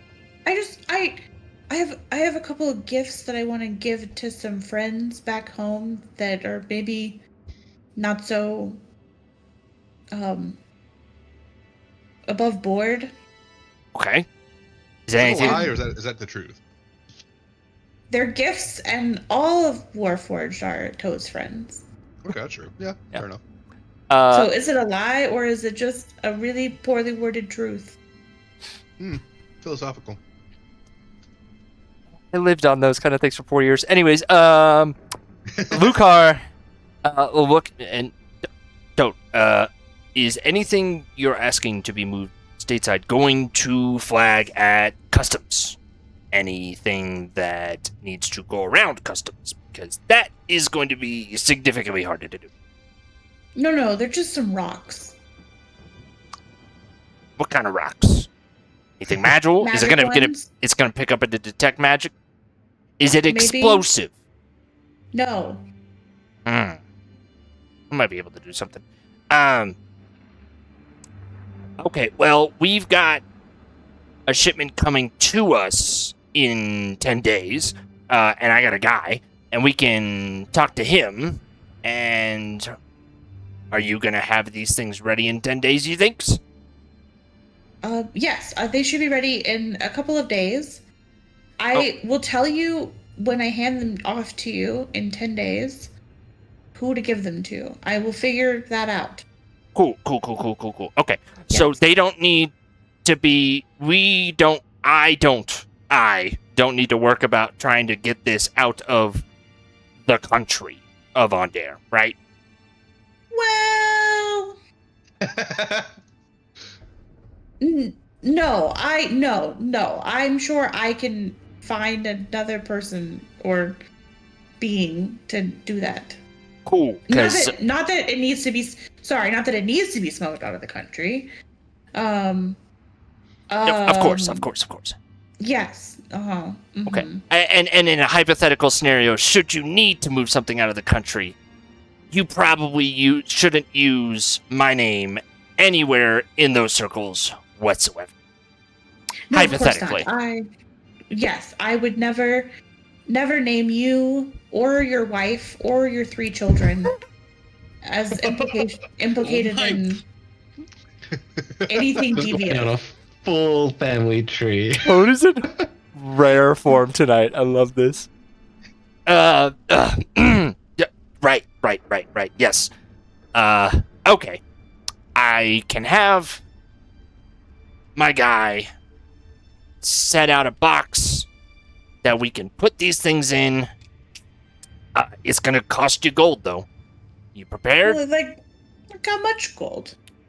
Probably a couple of hundred. I'm not going to be able to get to you the price until the time, so I'm going to say probably about 200 just to make sure I have enough to sweeten the pot. I'll give you whatever's left, but I'm going to take enough to make sure that at the bare minimum, he'll take the stuff. Okay, Toad hands over 200 gold. Great. I trust you to take care of what needs to be done. Excellent. All right. Cool. I'm not, like, being traitorous to this ship, right? Like, I'm not pulling a Jules. Like, No. Oh, I really understand the optics of this. yeah, No. yeah. It's a weird time to be doing all this. Yes. I should have thought about that. I'm very wise. I don't know why I didn't consider that, but sometimes I don't think things through. You've seen me cook. I mean, we all did just get sent unconscious for, several minutes at a time, 6 Yeah. hours ago, so our brains are a little scrambled. Of course. I'm sorry to bring this up at such a really inopportune time. It just became really important that I did this right away. No, I know how it is. I know you go with the flow. I roll with it. Yes. Toad's like still busted up from the fight. Yeah, everybody looks like shit. Okay. All right, cool. So Lucar will have a box that you can put the stones in 10 days. That'll be in his kitchen. You gave him the 200 gold, but you have to figure out. He will get you the name of the person or like the contact that'll be back down stateside, not stateside, back down on planet in Onder, in Weinarn University. You got to figure out the rest.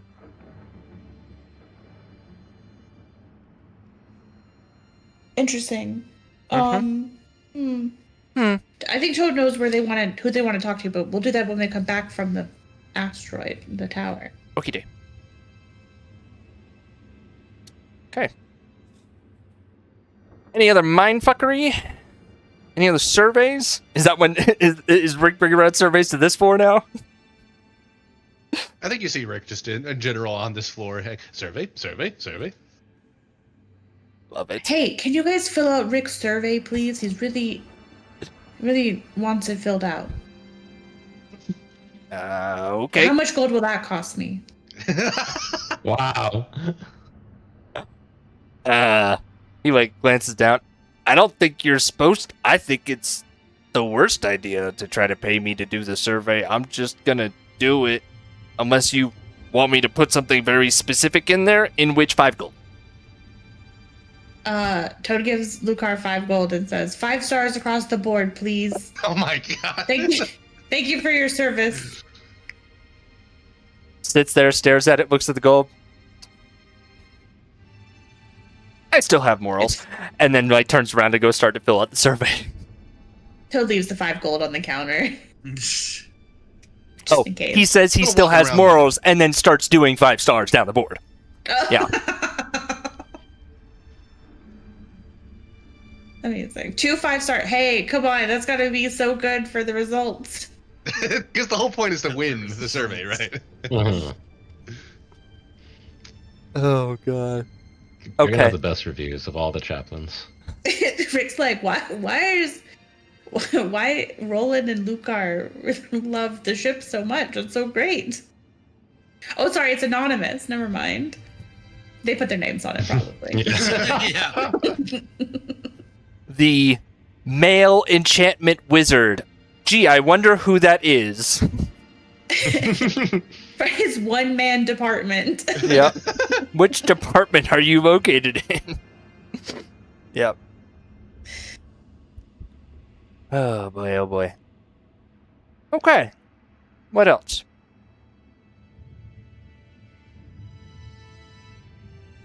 Y'all doing that dissection thing? Should we get down to it?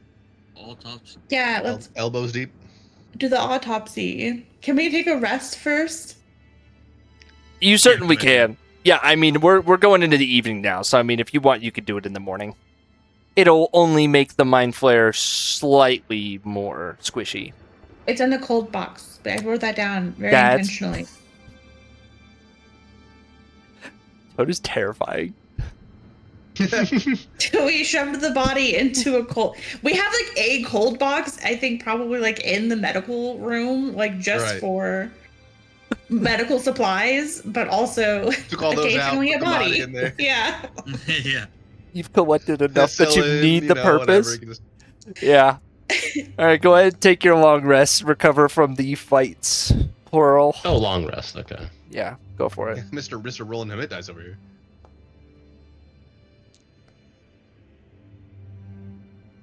Oof.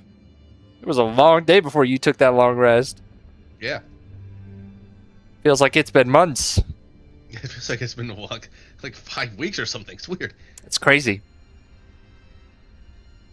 Okay. We are now in. Let me go ahead and pull up my team sheet so I keep track of this. Campaign day 147. Today's date is 9 Nim. I'm sorry, we said that one more time. Campaign day 147. Here, I'll just post it. I got you.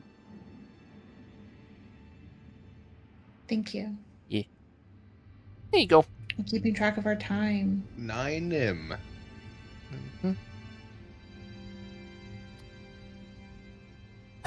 Okay. Which I want to start with first. Ahead. And if we need to go slightly later, I'm cool, but I know others usually want to get through things quickly. So if we want to do certain things for certain people can jump off a little bit earlier, fine with whatever.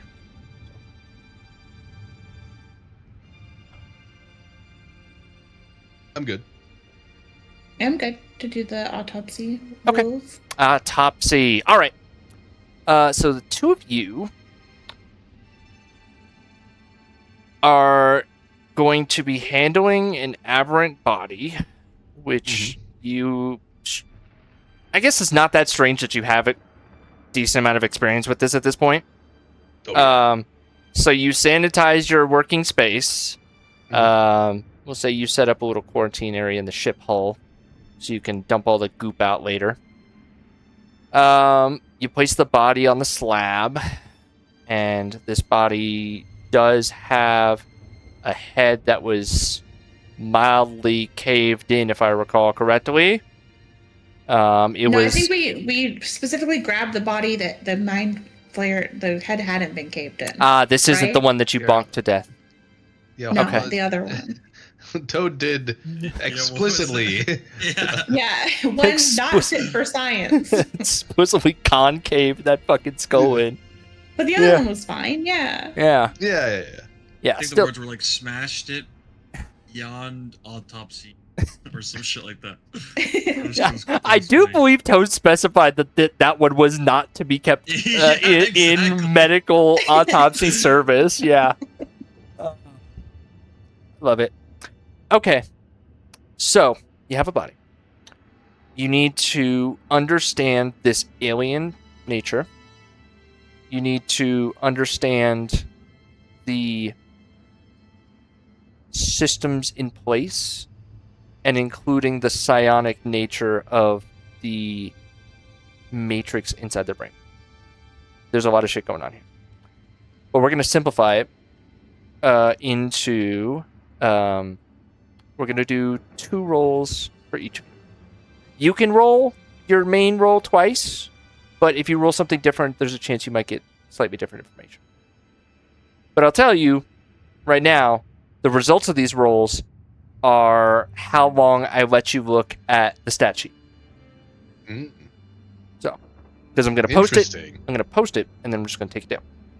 Oh. My screenshot fingers are so fast, Chris. Please respect. No, I know. I will read it really quickly. Yep. Okay. So, you slap your... Definitely, you wear gloves, you sanitize, right? Please, dear God. All right, Rick is all dressed up right now. He's even got like a biohazard helmet on. And he's like, I dare Okay. ask. Toad takes their cloak off and then puts the breathing bubble on when they don't have to breathe anymore. And then goes in like without gloves on. just raw dogging it. Just Raw raw dog dog. All right. Who wants Krath is to? there too. Krath is there too. Okay. I will say, yeah, you've trained him. He's a helper. I will say you can add. I'll give you a D4. I'll give you a D4 on the extra checks. Nice. What, Toad will cast enhance ability on Rick Mm-hmm. for. What kind of checks are these gonna be? Do we think? Medicine is gonna be wisdom, or is it just like an attribute or what? Yeah, I have to pick. Yeah, a stat. So I will give you Al's wisdom. Ooh. There's like a faint hooting in the background as Toad puts a hand on your shoulder and says, "Hey, under slips it under like your mask and like onto your bare shoulder so the magic works." Oh, God. It's kind of creepy. What? Slips underneath all these protective. Yeah, this is a very protective then. Gets in there. Immediately feel broken. Yeah. The seal was broken. The seal was broken. I just imagine the magic doesn't work through the protective gear. Keeps that blessings as well. This is Yeah, it gives you Al's wisdom. Yeah. this is COVID in space. This is how we get COVID in space. I love it. Toad, I'm so wise now. I recognize that what you did was really stupid. Breaking the seal. I'm gonna die from some mind flayer disease. Here you go. Whatever. Here's your The Al's the wisdom. walking unprotected aberration who has been on your ship for months feels a tingling in their ears for a moment. It's a dirty aberration disease. Okay. All right. Who wants to roll first? I'll make the first incision. Okay. You're so surgical with it. We're going straight from sternum to stomach. We're cutting this bad boy open right in the ribs, you know. Okay. Give me that roll. Advantage plus D4, please. I will roll it with advantage, and we can just add a d4 on. Yeah. It's 22, and then plus slash R 1d4. Nice. 26. Put you at 26. Okay. Clean cut. The ribs are not where you would think they would be. No. However, you're able to quickly adjust and get through the cavity. So the cavity opens, and it Toad, crack springs. these bad boys open. And it springs open. Oh god. And shit goes everywhere. Toad, what are you doing? Oh. Well, Toad first has like pulled out a recording crystal for sure before we started cutting. Of course. And is recording the autopsy. Mm-hmm. And I think we'll like get very close to it and begin like poking at its insides and comparing it to what known anatomy exists in their repertoire of knowledge. Okie day. Like, All the other nuts that you poked. yeah. Interesting. Is that a spleen? Roll for poke. What is I that? mean, you have ungloved hands. The touch is like it's raw. Yeah. Like what? Just picking up an organ, looking at it, shoving it back. Perhaps a xenoarchaeologist check? Sure. Or okay. You're comparing to other creatures. That actually makes some sense. Nice. Okay. Double 26s. Yeah, both 26s. Okay. You've identified you've identified a spleen. There is noticeably no stomach, and there seems to be a litany of strands similar to a nervous system, but separate and distinct from a nervous system. And they seem to be feeding into a strange organ in the Mind Flayer's area that would normally be a stomach, but there's no digestive tract. So, Rick, what do you do? Does it have a dick? That's going to be your medicine check. Okay. I gotta figure out the mating, the you know, how does it reproduce, you know? Wait, didn't we already? Sorry, not to like stop. Total goes, hey, didn't we already determine how they reproduce? Kind of. Oh, you're a little right. bit? I don't need to look at its dick. And Rick Yeah, has his we hands. already Some know it guy's doesn't hands. have one. It's He's gonna let go of the hands. It is, in fact, a Ken doll down there. Smooth like a Ken doll. Okay, got it. Okay, then Rick will cut open the skull. Okay. All right. The More nerves. stuff for Toad to inspect with their Yeah. dirty fingers. The nerves do tend to lead up into the skull and the tentacles. So go ahead and dissect more. Advantage? Yes, that remains. Same rules before, right? Yeah. Okay. Unless some reason Krath gets took the fuck out. Well, also you have Owl's Wisdom, so you get advantage on your wisdom checks anyway. Yeah. Okay, so 21 plus, 22. All right. Okie day. So you pry open the cranial cavity, and you find a brain that is barely contained inside of this cavity. And on the exterior of the brain, there are a spider web of these similar to nerves, but have some minor arcane properties embedded within them that run through the tentacles to the brain down to that smaller organ where the stomach should be. Ah, it's a brain eater. It eats with its brain. Kind of. Interesting. I don't know. Toad, you touch it. I will. Toad will very gently scoop the brain into both hands and hold it close to their face and examine it. Okay. Bear, of course, Bear. Toad is, of course, Toad's not wearing protection, guys. It's crazy. Okay, roll All me. natural. Yeah, you can roll Xeno. You can roll Xeno, or you can roll me perception. Either or. I will roll another xenoarchaeologist check. Go for it. Ooh, I will use one of my remaining 100, whatever they're called, inspirations. There we go. Those things. You have 100. That'd be nuts. Wow. Okay. All right. So you hold it close, and you get. You're really trying to focus and concentrate on it, and because you're barehanded, your natural energy and connection with nature and connection with life in this strange way brings the nerves to life for a second. And so you get something extra out of this. You get a vision. It's jarbled. You can't make sense of it. The imagery is hazy, but you get the sense that this was a place that this creature was, and one thought connected to that. Let me grab this real quick. Hold on. Ooh.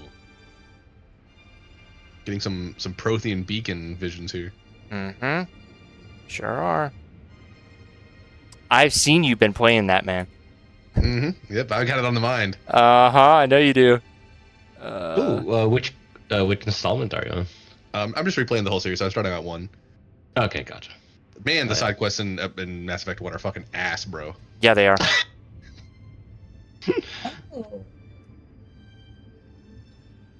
So you get this flash of color and this image in your mind and this thought that red is where the blood of the spawns have dragged themselves free of their kin. Wait, say that again? Red is where the...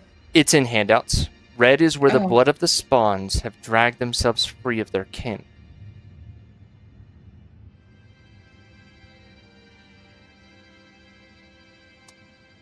And then the connection quickly fades. But you're able to ascertain quite a bit about this creature. I will post stat sheet. It is 10. You have 2 minutes. Ooh, 2 whole minutes? Let's go. Interesting. Okay. It has a passive perception of 16. I lied. You get 1 minute. 2 minutes Oh, is fuck. too long. Magic resistance. Magic resistance and 8 spellcasting psionics. It is Yes, quite yes. These guys have some riz. They're quite charismatic. Mind blast. Very persuasive. A little stealthy. Mm-hmm. Dark vision. That's good to know.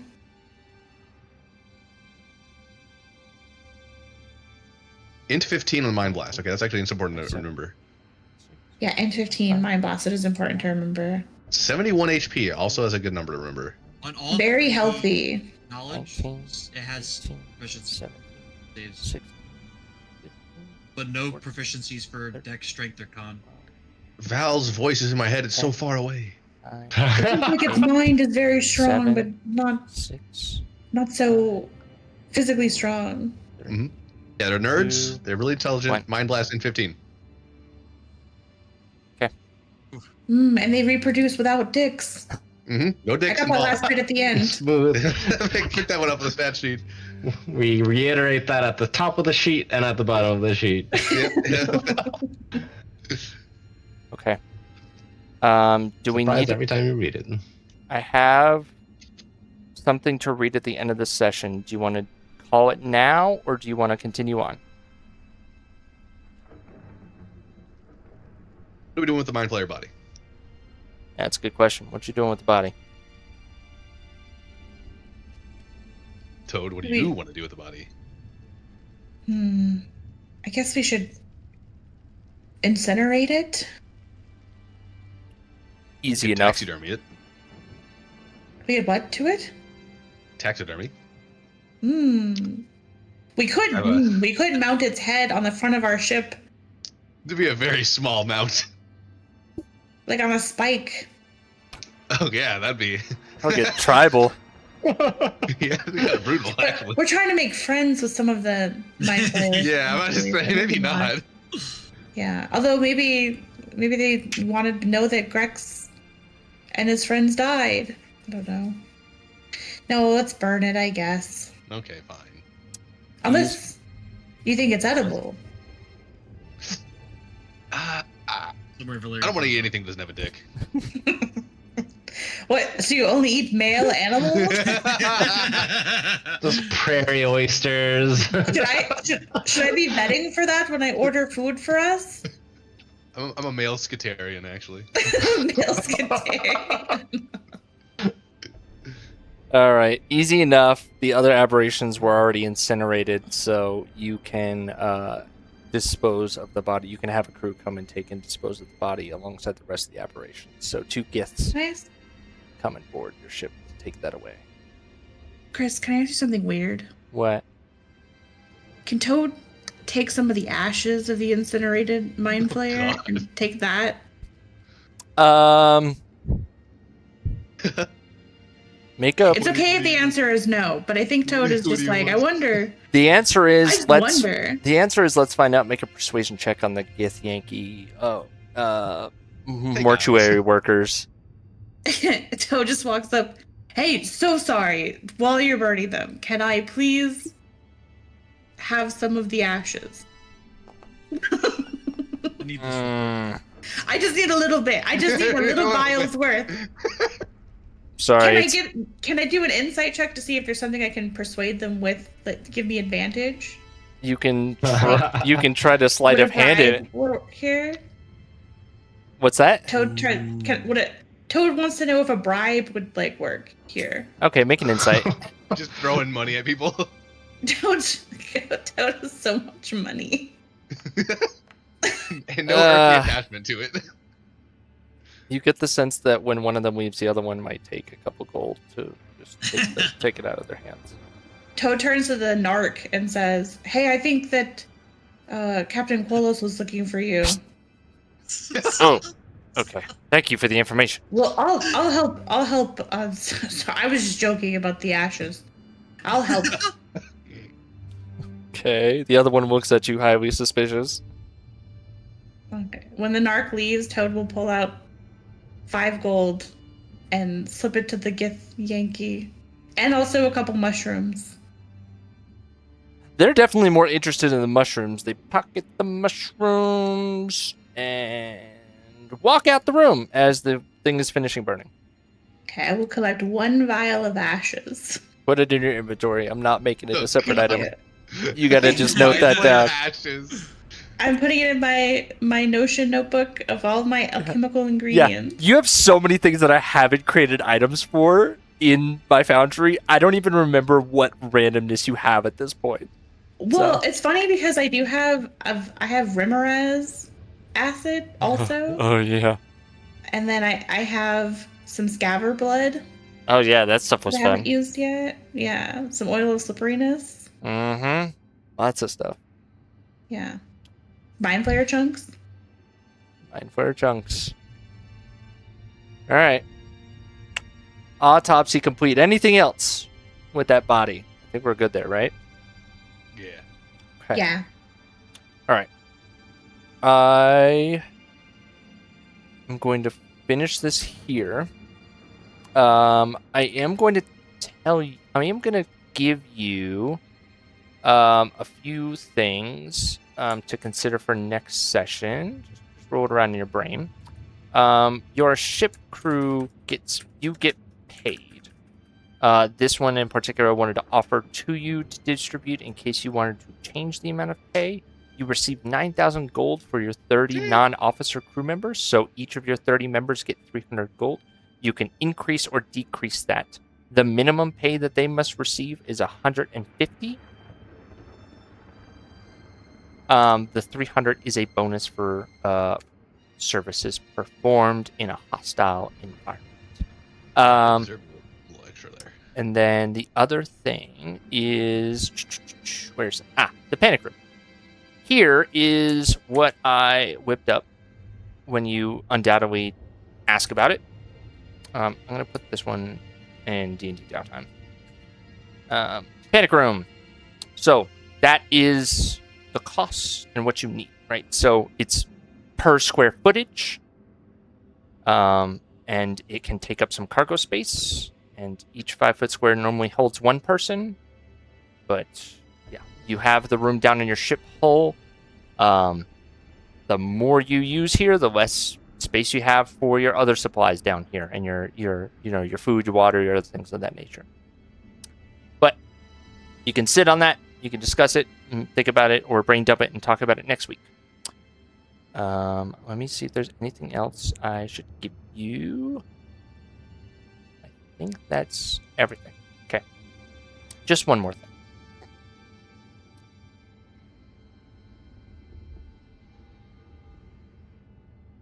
Oh. 1 second. Uh-oh. Dun dun dun.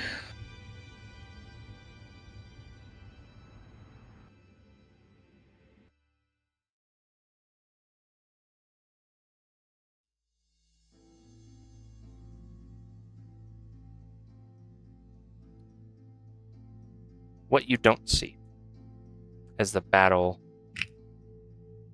comes to a close here and is in the heat of battle on the obelisk that your ragtag Red Saber crew is currently partaking in. There is a third dispatch of your crew that has made it to Ulrum. On Ulrum, snow batters the Karnathi outposts as soldiers peer into the wide abyss beyond the walls. The blizzard would reach them soon.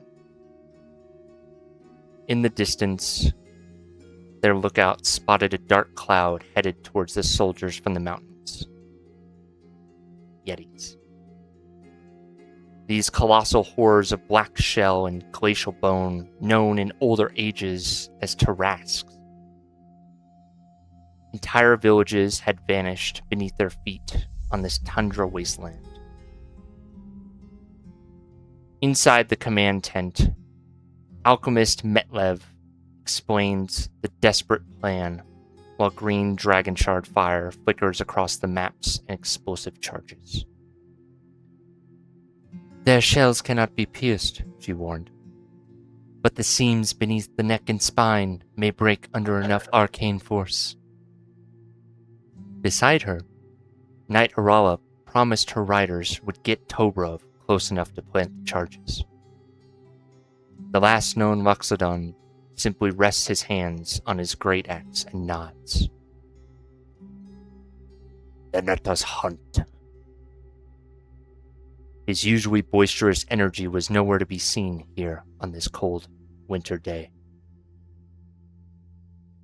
Before dawn, the first Yetis emerged from the blizzard like living fortresses, their footsteps shaking the valley. Ballista bolts shattered harmlessly against their armored hides as the creature slammed into the outpost. Towers collapsed in sprays of stone and fire. Barricades splintered beneath claws larger than wagons. Soldiers vanished beneath falling rubble, while undead defenders were crushed into the snow. Through the chaos charged Tobrov alongside Arala's cavalry, sprinting beneath the first beast as arcane charges were hurled towards him from horseback. Tobrov drove his axe into the Yeti's shell and climbed as the monster thrashed violently against the mountainside. Below him, the battle collapses into slaughter. Another Yeti broke through the western wall and tore through the barracks while flames spread across the outpost. On the battlements, Metlev struggles desperately to stabilize the remaining detonators until a massive tail strike shatters the wall beneath her. Stone and green fire explode outward, and the alchemist disappears into the collapse. The storm itself then seems to roar.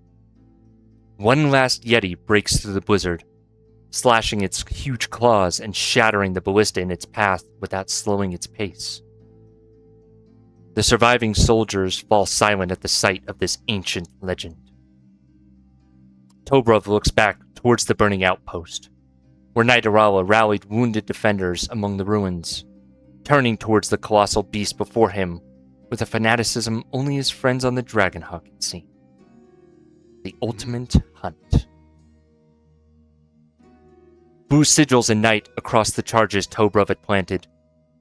The explosion splits the valley apart, collapsing one Yeti into the mountain pass and crushing another beneath its corpse.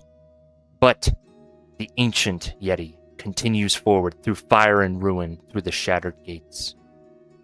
Bloodied, burned, and with one tusk clearly broken away, Tobrov plants himself before the last survivors as Arala screams at him to retreat.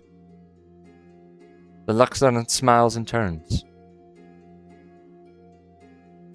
True Luxodon do not run. The final explosion lights the mountain like dawn. When the blizzard has finally passed, half the outpost has been destroyed, and thousands lay dead beneath ash and snow. The ancient Yeti lay buried beneath the collapsed pass. The few remaining soldiers, devastated at their dwindled numbers, search for any survivors.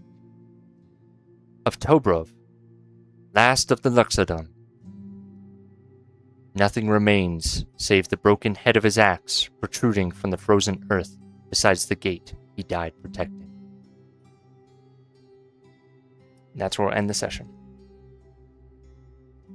Man.